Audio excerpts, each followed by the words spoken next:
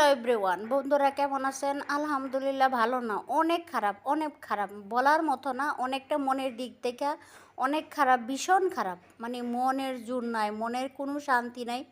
মনের শান্তি যে ফ্যামিলির যদি কারো বিপদ আসে তাহলে এতটা অশান্তি থাকে, তা মুখে বলে বোঝানো যাবে না।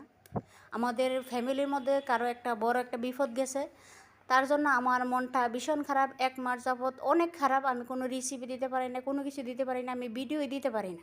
আমি কথাই বলার কোনো, মুখ থেকে কথা বলবো যে ওরকম কোনো কিছু আমার ফিলিংস ছিল না। কী বলবো আপনাদের, বলে বোঝাতে পারবো না। যাক আলহামদুলিল্লাহ, এখনও মনের দিক দিয়ে বেশিটা একটু ভালো না আছি মোটামুটি। যাক আজকে জাম্বুরা নিয়ে আসছিলাম, জাম্বুরা ভর্তা বানাবো। সবাই মিষ্টি দিয়ে উদ্বোধন করছে আর আমরা টক খাই, কারণ আমরা তো মানে দুঃখের কথা কি বলবো, মহা বিপদে ছিলাম।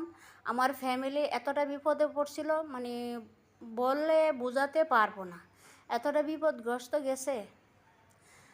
যাক মনের দিক দিয়ে এখনও আছি মোটামুটি, আপনাদের দোয়া ভালো আছি।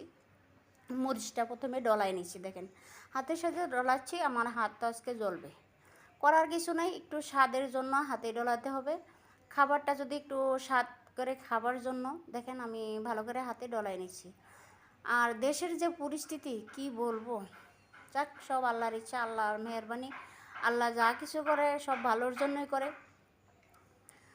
দেখেন আজকে জাম্বুরা ভর্তা বানাবো, আর এটা যশোরবাসীরা বলে লেবু। আমার এগুলো পাকা হয়নি, কাঁচাই ছিল, তাই নিয়ে আসছি। প্রথম খাচ্ছি তো, আপনারা যদি প্রথম এভাবে আনেন তাহলে বুঝতে পারবেন যে এখনও পাকার টাইম হয় না। ওরা গাছ থেকে তুলে নিয়ে আসছে, মানে বেশি দামে বিক্রি করার জন্য ওরা পাকা ছাড়াই নিয়ে আসে। আর একটা কেটে দেখায় মানে পাকা লাল টকটকা, কিন্তু বাসায় নিয়ে আসলাম, একটা কেটে রাখছিল যে এত পাকা দেখা যায় লাল, কিন্তু বাসা আনার পর দেখেন একটা কাঁচা, ওরকম পাকে নেই, ভিতরে লাল না সাদা।